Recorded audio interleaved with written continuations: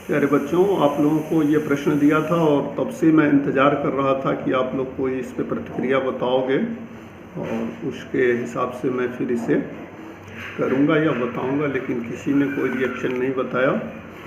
तो मैं इस प्रश्न को हल कर रहा हूँ, ज़रा ध्यान से देख लीजिए, समझ लीजिए। ये पहला ही प्रश्न है और इसे समझेंगे तो आगे आपके समझ में रिटायरमेंट ऑफ पार्टनर्स आएगा। इसमें प्रश्न देख लो, XYZ 3 साझेदार हैं।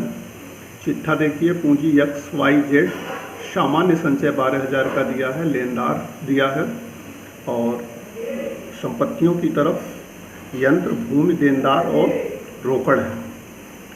ये कह रहा जेड ने 1 जनवरी 2011 को अवकाश ले लिया।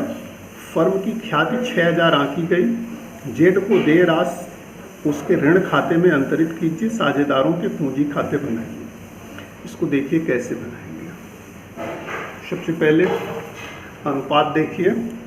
अनुपात इसमें कह रहा समान साझेदार हैं, तो एक संबंधे एक के साझेदार हो जाएंगे ये, तो इनका अनुपात हो जाएगा 1/3, 1/3 और 1/3। रिटायर कर रहा है इसमें जेड, तो जेड के ऊपर मैंने देखिए निशान बना दिया रिटायर का। फिर नया रेशियो इनका बना दीजिए। नया रेशियो अब एक्स और वाई का होगा।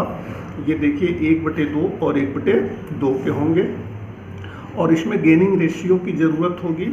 लेकिन देखो प्रश्न में कुछ नहीं बताया है कि जेड के रिटायर होने के बाद एक्स और वाई में कोई परिवर्तन हो रहा है।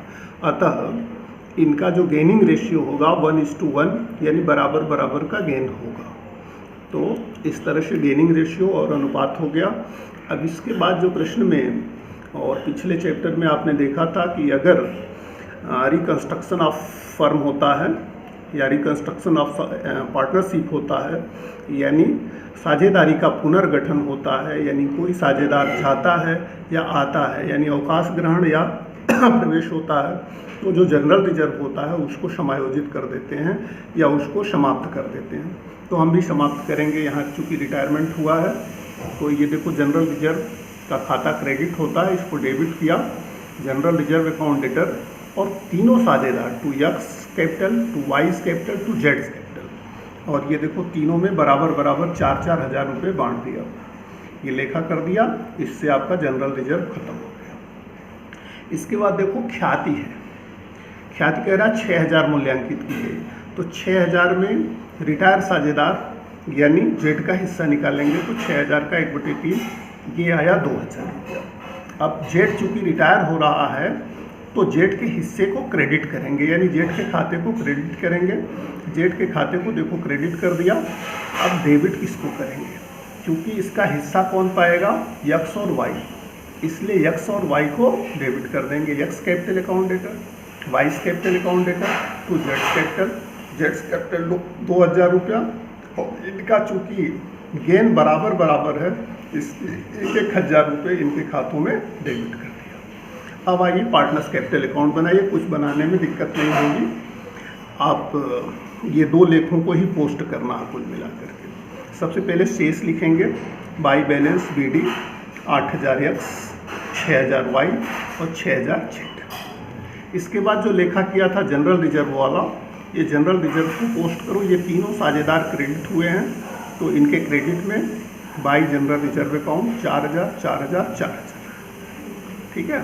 इसके बाद जरा ये लेखा पोस्ट करिए, X capital debtor, Y capital debtor, to जेड्स कैपिटल। तो एक्स और वाई की कैपिटल क्या हुई, डेबिट हुई है, तो इसके डेबिट की तरफ आएंगे और यहाँ लिख देंगे टू जेड्स कैपिटल अकाउंट, 1,000 एक्स में, 1,000 वाई।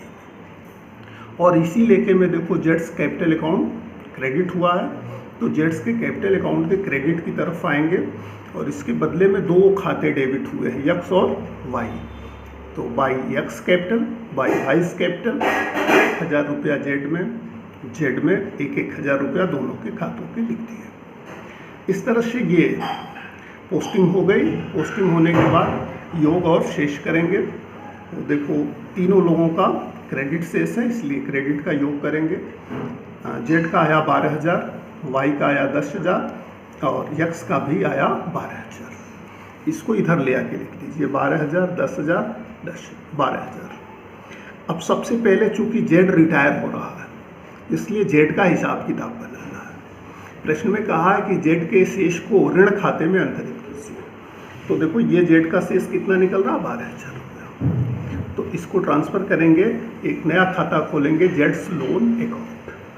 तो यहाँ लिख देंगे, केवल लिख देना है और इतने से आपका लेखा हो जाएगा, टू जेड्स लोन अकाउंट और धनराशि जेड के खाते में, ठीक। और बाकी के साझेदार का शेष निकल जाएगा, चूँकि ये कंटिन्यू करेंगे। तो to balance C D X का 12,000 और सॉरी ये 12,000 नहीं बल्कि 11,000 होगा, 11,000 और 9,000, 11,000 और 9,000 इनका शेष हो जाएगा और इनका भी योग 12,000 और 10,000। अब ये जो ऋण खाते में ट्रांसफ़र हुआ था उसका लेखा कर दीजिए। तो यहाँ नीचे देखिए मैंने लेखा कर दिया, Jades capital account debtor to Jades loan account. अब जेड का जो कैपिटल था वो कहाँ चला गया, उसके लोन अकाउंट में चला गया। तो इस तरह से ये एक छोटा सा प्रश्न अभी लघुत्तरीय प्रश्नों में से ये है और इसे किया गया। इसको देख करके आप समझ जाइए, थोड़ा समझने की कोशिश करिए, फिर बाकी का मैं बताता हूँ। धन्यवाद।